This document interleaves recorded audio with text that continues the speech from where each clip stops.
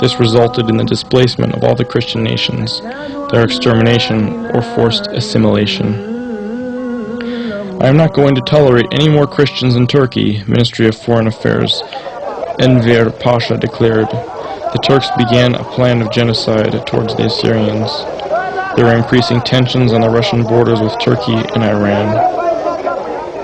The Russian government had started negotiations with Patriarch Mar Shemun for Assyrian assistance in case of Russian war with Turkey. The Patriarch had promised a 40,000-man army. The Turks soon reacted by provoking the massacre of the Assyrians by the Kurds. The situation became critical. If immediate action wasn't taken, the mass of the Assyrian population would have been wiped out, as was reported by the Russian consul to the Ministry of Foreign Affairs in the year 1908. In August of 1914, Germany declared war on Russia.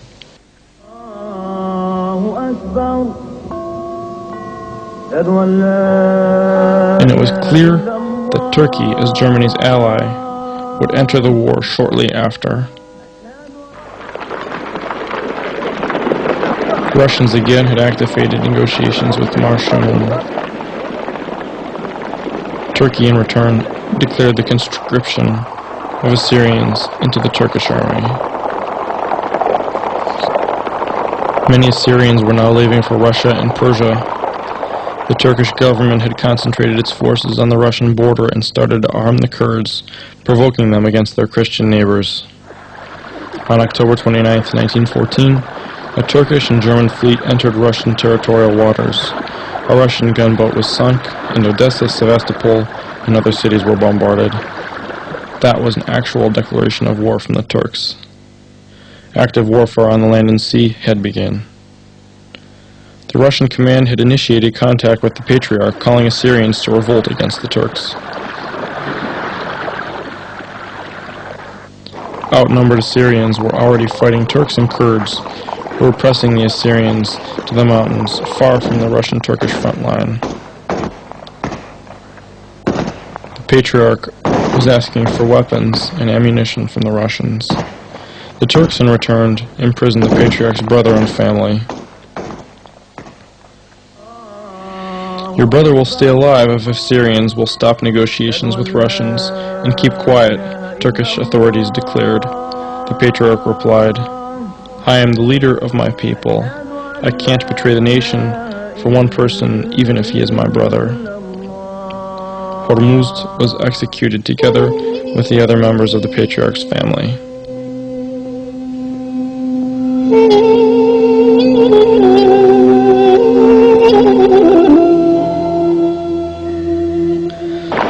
The weapons that Russians promised didn't come.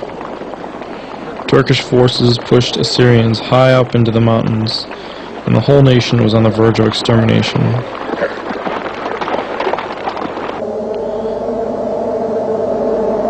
The Patriarch wrote letter after letter to the Russian High Command. I'm informing you that for more than a month already my people have been fighting in the mountains against Kurdish and Turkish forces.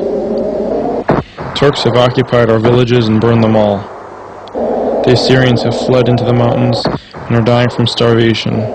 Ammunition has run out. We are surrounded by enemies. Our situation is desperate and hopeless. I am begging you to send troops here, in the name of Christ. Finally, 400 Cossacks were sent from Persia, but they were ambushed and wiped out by the Kurds.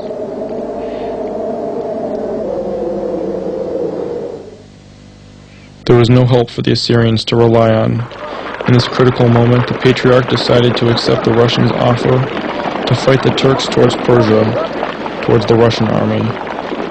That heroic journey of several 100,000 Assyrians, women and children, in continuous warfare on the snowy mountains lasted a whole month.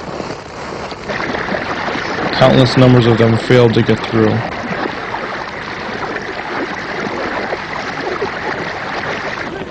On September 15, 1915, the Assyrians joined up with the Russians in the valley of Lake Urmia.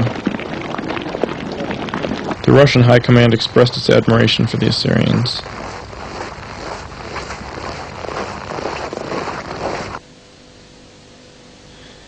In December 1915, the Patriarch was invited to the capital of Georgia, Tbilisi, to meet with the Emperor's brother, Grand Prince Nikolai Nikolaevich, chief of the Russian military mission in the Caucasus.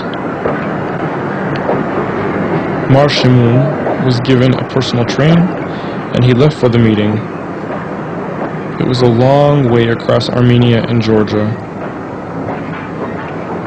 Every place the train passed, the Patriarch was saluted by masses of people. The whole road was decorated by flags and ribbons. The Grand Prince decorated the Patriarch with a medal and declared the Assyrians as official allies. They organized Assyrian battalions within the Russian army, and he promised not to pull out troops from Persia. The Patriarch exchanged telegrams with the Russian Emperor. By 1917, Turkey was clearly losing the war and was on the edge of capitulation. In the preliminary agreement between the Russian allies, France, England, and the United States, Russia was supposed to receive the territory of Turkish Armenia. The Van region, motherland of the Mountain Assyrians, and also Constantinople with its bays. By then, the Russian Revolution came about, and the Russian army on the south started to disintegrate. Soon, the army had turned into a gang of bandits and marauders fleeing home to Russia.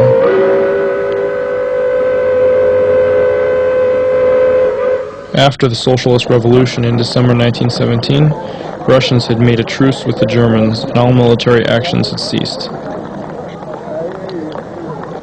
As the Turks gained time to recover, they readjusted their positions and prepared to take Iran's Azerbaijan and the Caucasus. Russian troops then hurriedly withdrew from Persia.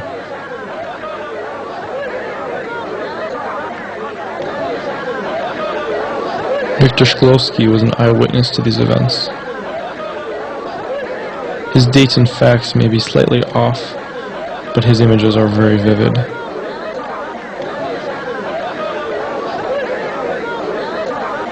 And the Russian troops disappeared like water through sand, he wrote. The Russians have gone. They have left a lot of weapons. Assyrians and Armenians armed themselves and started to collect weapons from Persians. They had old scores to settle. Assyrians were walking in trousers sewn from pieces of calico. Persian women were frightened and frightened their children with tales of the Assyrians. The Assyrians had covered the Russian retreat and were left alone once again. 30,000 rifles were collected from the Persians. Then Sinko, the Kurdish Khan, said to Mar Shimun, "Come to me. I want to give up weapons too." The Patriarch took 300 men with him, got into a chariot, and went to the mountains where Khan Sinko lived. The convoy drove up into the Khan's yard, and the Patriarch walked into the house. The Kurds got up on the roofs with rifles. The Assyrians asked the Kurds, "Why are you climbing on the roofs?" "We are afraid of you," the Kurds replied. "But what are the guns for?" The Kurds were silent.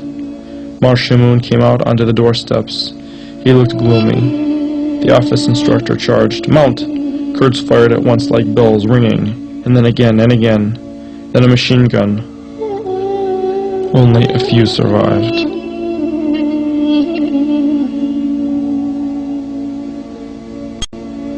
One of them was Lazar Zervandov, who afterwards found himself sitting on a street corner on Nevsky Prospect, and who also disappeared with the others in Stalin's repressions.